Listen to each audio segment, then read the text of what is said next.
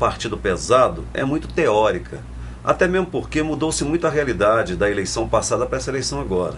Com o advento da fidelidade partidária, que começou a vigorar na eleição municipal do ano passado, onde quem mudou de mandato após determinado período, determinada data, perdeu seu mandato.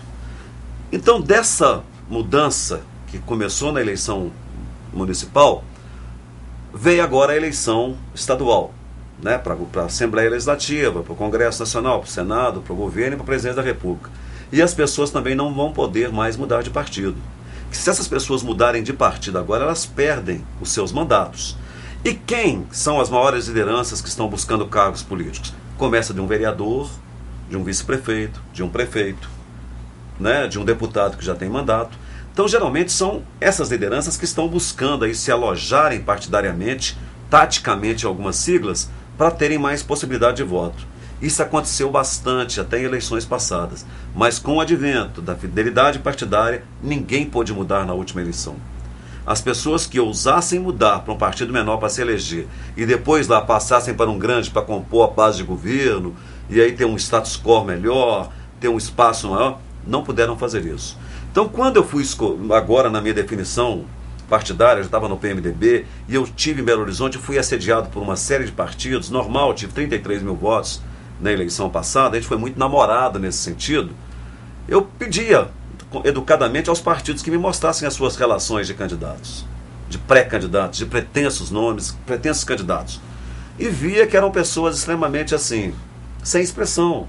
A gente olhava o handicap eleitoral deles nas últimas eleições, candidato de 4 mil votos, 5 mil votos, não estou menosprezando de jeito nenhum. Eu estou fazendo matematicamente um cálculo, uma análise fria, sem menosprezar ninguém. Porque eleição são números, você precisa ter é legenda.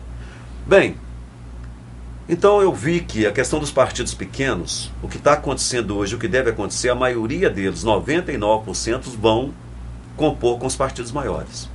Vão se coligar com o PSDB, que tem candidato majoritário, e vão coligar com o PMDB, que tem candidato majoritário. E se o PT, que está no namoro com o PMDB a nível nacional e a nível estadual, se eles entrarem num acordo e tudo caminha para isso, serão essas duas grandes chapas. Se houver também uma terceira chapa, pelo menos em primeiro turno, etc., também estarão procurando coligar com esses partidos. Ou seja, esses partidos menores, que em tese seriam mais leves, vão coligar proporcionalmente e majoritariamente. Que os partidos maiores, com chapas fortes, com candidatos majoritários para aceitarem os partidos menores, vão aceitar com a seguinte condicionante: vamos coligar na proporcional e na majoritária. Então você vai ter que brigar com um cachorro grande de qualquer jeito.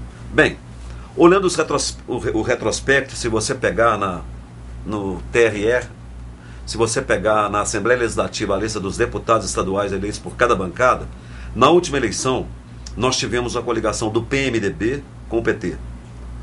Se elegeram 18 deputados estaduais. O último menos votado foi do PT, com 36.500 da coligação. E do PMDB foi com 36.700. Foi o Getúlio Neiva. Na verdade, o PV, que era um partido em tese pequeno, o menos votado foi com 37 mil. Quer dizer que no PMDB, que é um partido de expressão grande, que se elegeu 18 deputados, se elegeu com 36. Então se elegeu no PMDB com menos votos que em partidos menores. Bem, outra análise, nós não tínhamos um candidato majoritário.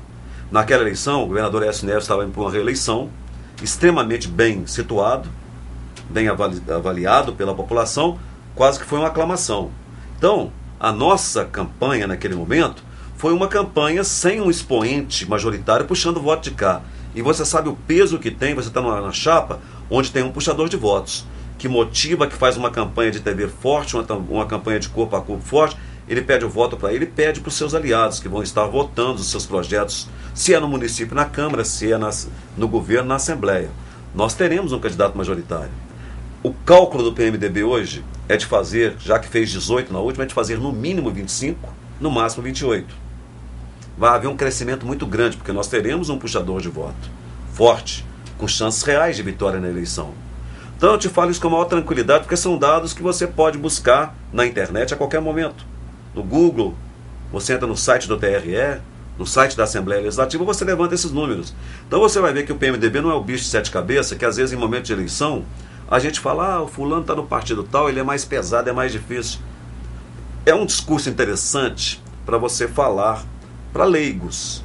Mas quando a pessoa é mais entendida um pouquinho, e tem um pouco mais de curiosidade, e conhece um pouco mais, porque se ela acessar realmente os dados reais, ela vai ver que o bicho não é tão feio como se pinta.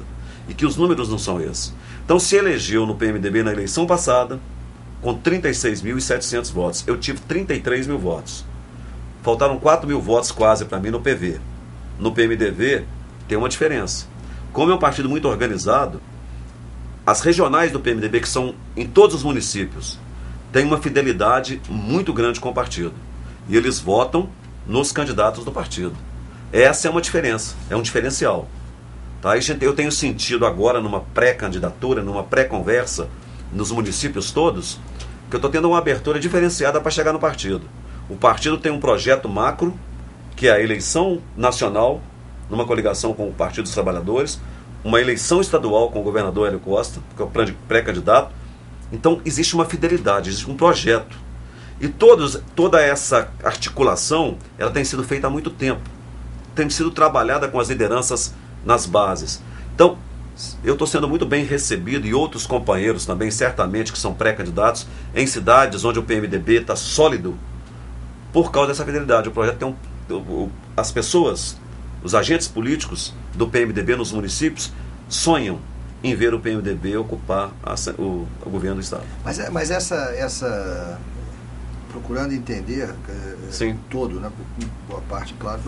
Por exemplo, essa melhoria, né, esse crescimento do PMDB no cenário, né, por ter um candidato majoritário, ele acaba elevando a votação de todo mundo, Miguel. É bacana isso. De todo mundo, quer dizer, consequentemente, se partindo do princípio que o PMDB então vai ter mais votos por força da presença do senador Hélio Costa, aquele que teve no passado 50 mil votos, ele pode ter 60, ele pode ser 70. Então aquele que teve o Getúlio Neiva, que teve 36, ele pode ter agora 50. E o último ficar por conta de mais ou menos o número dele. Aliás, que é o número que você deve ter ouvido, pelo menos é o que eu ouço, né? Da chamada classe política que diz ser entendida, que é o número que você precisaria, 50 mil votos. Pois é. Você calcula que ficaria em torno do mesmo número da última com vez. Certeza. 35 mil votos. Deixa eu te contar, o mais votado da coligação para a Assembleia da coligação foi com 150 mil votos. Dessa coligação PT-PMDB. O mais votado foi com 150 mil e o menos votado com 36.